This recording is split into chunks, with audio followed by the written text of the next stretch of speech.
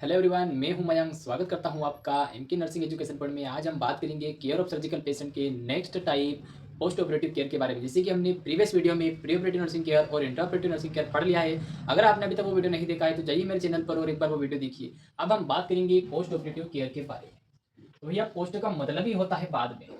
Post का मतलब होता है बाद में। ऑपरेटिव यानी ऑपरेशन, केयर यानी देखभाल। यानी कि जो ऑपरेशन के बाद की जो केयर होती है उसे हम पोस्ट ऑपरेटिव केयर कहते हैं।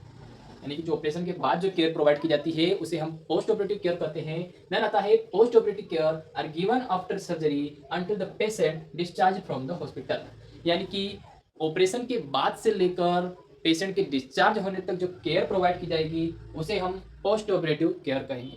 देन आएगा immediately recovery in the post anaesthesia care unit. यानी कि एनेस्थेसिया यूनिट में जब पेशेंट रहता है, सर्जरी के बाद जब पेशेंट को एनेस्थेसिया का असर रहता है, तब हमें क्या-क्या मॉनिटरिंग करना है जिससे पेशेंट की जल्दी रिकवरी हो। ठीक है? तो हमें क्या करना है, मॉनिटरिंग करना है, पेशेंट का क्लोज़ली मॉनिटर करना है, वाइटल साइन्स, उसका बॉडी का टेम्परेचर, उसका BP, blood pressure, then oxygen level, saturation level, ये हमें स्ट्रिक्टली मॉनिटरिंग करना है जब तक एनेस्थीसिया का असर कम ना हो जाए या खत्म ना हो जाए। फिर आता है हमारा पेन मैनेजमेंट। देखिए, जैसे-जैसे एनेस्थीसिया का असर खत्म होने लगता है, पेशेंट को वैसे-वैसे ही दर्द महसूस होने लगता है। तो हमें क्या करना है, पेन के लेवल को असेस करना है और एप्रिशिएट करना है कि जो पेन को मैनेजमेंट करने के लिए एक स्ट्रैटेजी बनाना है और उस जो स्ट्रैटेजी बनाई हम पेन को मैनेजमेंट करने के लिए, उसको इम्प्लीमेंट करना है। ठीक है? ये हमारा पेन मैनेजमेंट का हो गया। अब आता है हमारा पेन मैनेजमेंट। यानी कि पेन को मैनेज करने के लिए हम क्या स्ट्रैटेजी को इम्प्लीमेंट करेंगे, क्या स्ट्रैटेजी फॉलो करेंगे। तो पहला है हमारा मेडिकेशन। पेन को मैनेज करने के लिए हम इसे ऑपियोइड और नॉन ऑपियोइड ड्रग्स का यूज़ करेंगे। ऑपियोइड ड्रग्स यानी कि जो सीवियर पेन को कंट्रोल करने के लिए यूज़ किया जाता है, जो रहता है वो नर्वस सिस्टम को नॉर्मल लैंग्वेज में बोले तो शून्य कर देता है, जिससे दर्द महसूस नहीं होता है। देन नॉन ऑपियोइड ड्रग्स क्या होता है, जो नॉर्मल पेन के लिए यूज़ किया जाता है। फिर आता है हमारा पेशेंट एजुकेशन। पेशेंट को पेन के बारे में एजुकेशन प्रोवाइड करना है, उसे बताना है कि जो हेल्थ केयर टीम को पेशेंट पेन का लेवल, जो दर्द है उसको हमें जो हेल्थ केयर टीम रहेगी उसे इन्फॉर्म करे कि मुझे दर्द इस लेवल का हो रहा है, जिससे हेल्थ केयर टीम उसे कंट्रोल करने के लिए मेडिकेशन इम्प्लीमेंट करेगी। ठीक है? तो अब आता है हमारा वुंड केयर। वुंड केयर में क्या करना है, हमें ड्रेसिंग चेंजेस करना है। सर्जरी के बाद जो घाव रहेगा, जिस सर्जिकल साइट रहेगा वहाँ पे प्रॉपर ड्रेसिंग वगैरह करना है।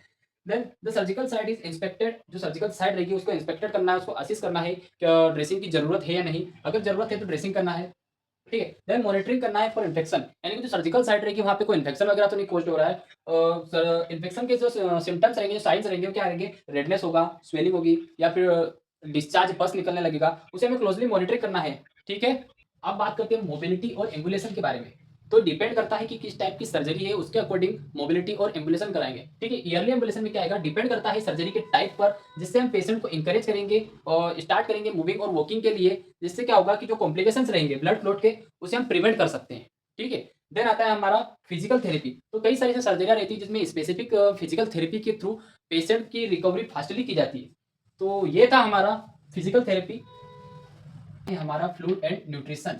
यानी कि पेशेंट को आफ्टर सर्जरी फ्लूइड और न्यूट्रिशन एडमिनिस्टर करना है, जिससे क्या होगा, उसकी रिकवरी जल्दी होगी। उसको हाइड्रेशन, पहला हमारा हाइड्रेशन। हाइड्रेशन में क्या है, maintain adequate fluid, balance is curation from recovery. यानी कि क्यूरेशन यानी कि जल्दी रिकवरी के लिए हमें पेशेंट को एडिक्वेट अमाउंट में फ्लूइड उसकी बॉडी के अंदर मेंटेन करके रखना पड़ेगा। जब आएगा हमारा न्यूट्रिशन। तो ये patient are often assist for nutritional needs and appropriate dietary plans are established. तो हमें असिस्ट करना है कि पेशेंट को किस तरीके की न्यूट्रिशन की नीड है, उस तरीके से हमें डाइटरी प्लान करना है। रहेगा हमारा monitoring for complication. After surgery कई बार कई कॉम्प्लिकेशंस होते हैं, तो हमें मॉनिटरिंग करना है। तो आता है हमारा blood clot prevention. Blood clot को प्रिवेंशन करने के लिए मेजर करेंगे, इंप्लीमेंट करेंगे, जिससे क्या होगा, जो ब्लड क्लॉट होगा और जो कॉम्प्लिकेशंस होंगे उनको हम प्रिवेंट कर पाएंगे। है हमारा monitoring of sine of complication. यानी कि सर्जरी के बाद जो भी कॉम्प्लिकेशंस आ रहे हैं उन्हें जो हेल्थ केयर टीम रहेगी वो मॉनिटर करेगी, देन प्रोवाइड करेगी साइन और सिम्टम। जो भी कॉम्प्लिकेशंस आ रहे हैं उन्हें मॉनिटर करेगी। Then such as infection, bleeding और एडवर्स रिएक्शन मेडिकेशन।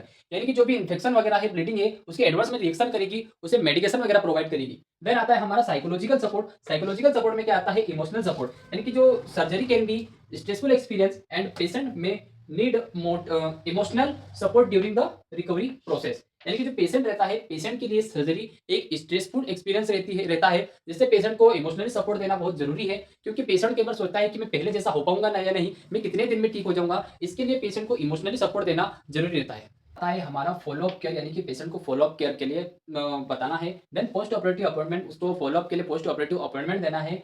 सर्जन के अकॉर्डिंग शेड्यूल के अकॉर्डिंग क्या करना है, हमें फॉलोअप के लिए पेशेंट को इन्फॉर्म करना है। देन आता है हमारा मेडिकेशन मैनेजमेंट। मेडिकेशन मैनेजमेंट में क्या आएगा, adjustment to medication may be made based on the patient response and recovery. Patient की रिस्पॉन्स और रिकवरी के अकॉर्डिंग हमें क्या करना है, मेडिकेशन को मैनेज करना है। आई होप कि आपको ये वीडियो समझ में आया हो। मिलते हैं नेक्स्ट वीडियो में नेक्स्ट टॉपिक के साथ। Thank you.